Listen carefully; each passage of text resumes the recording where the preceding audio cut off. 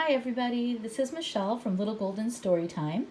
I thought with this Christmas season, I thought it would be fun to read a Christmas Little Golden book each day until Christmas. So today, which is November 28th, I'm going to read Huckleberry, Hound, and the Christmas Sleigh. Huckleberry Hound was cutting down a fine fat fir tree for Christmas. As he worked, he sang, jingle bells, jingle all the way. Oh, what fun it is to ride in a one-horse open sleigh. Suddenly, smush! A snowball hit him in the head.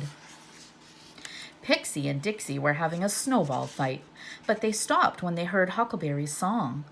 "What's a one-horse open sleigh?" Pixie asked. "Yes, please tell us," said Dixie. Huckleberry was so amazed he forgot to be angry about the snowball. "Don't tell me you've never been in a one-horse open sleigh," he said. "Why, you don't know what you're missing." "You get into the sleigh like this," said Huckleberry.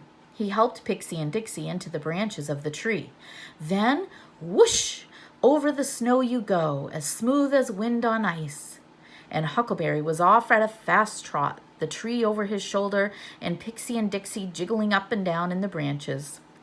"My," said Pixie, "I wish we could have a ride in one, don't you, Dixie?" "More than anything in the world, anything else in the world," said Dixie, "especially on Christmas morning."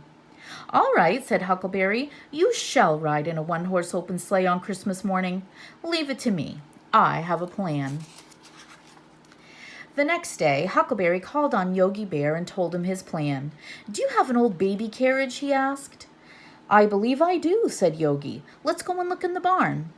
They looked in Yogi's big old barn until they found the baby carriage. "May I have it?" said Huckleberry. "Certainly," said Yogi. Next, Huckleberry called on Jinx the cat and told him his plan.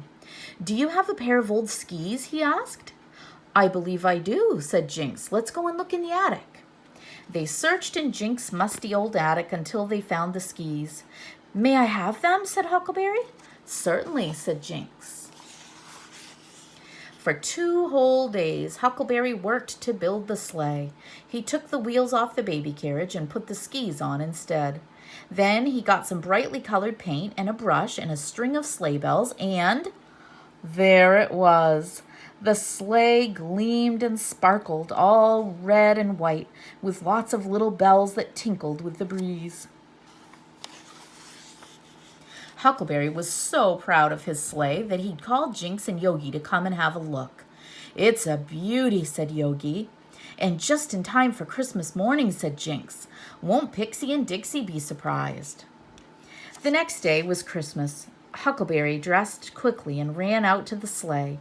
He looked more bright and gleaming than ever. Huckleberry beamed with joy. "Now I'll drive over to Pixie and Dixie's house and—" "Oh, oh my," said Huckleberry. Huckleberry had forgotten something. He had forgotten the horse to pull the sleigh. Poor Huckleberry. He searched high and he searched low. He begged and he pleaded. But all the horses had other plans for Christmas morning and could not help him.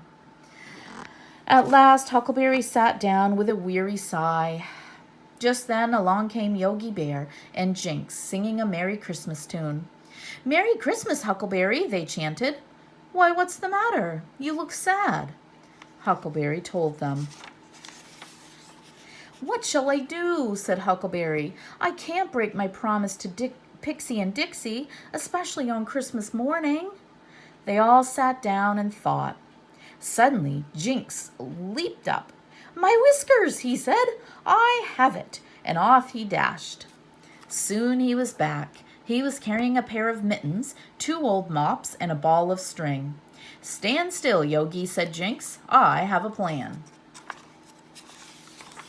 First, Jinx made ears of the mittens and tied them to Yogi's head. Next, he took a mop and tied it to Yogi's neck for a mane. And then he took the other mop and made it into a beautiful tail for Yogi. "There," said Jinx, "there's your horse." Quickly they harnessed Yogi to the sleigh, and away they went to find Pixie and Dixie. What a sleigh ride it was. Yogi Bear pulled hard and fast as a horse. Whoosh went the sleigh, whizzing smoothly over the snow, with all the little bells jingling.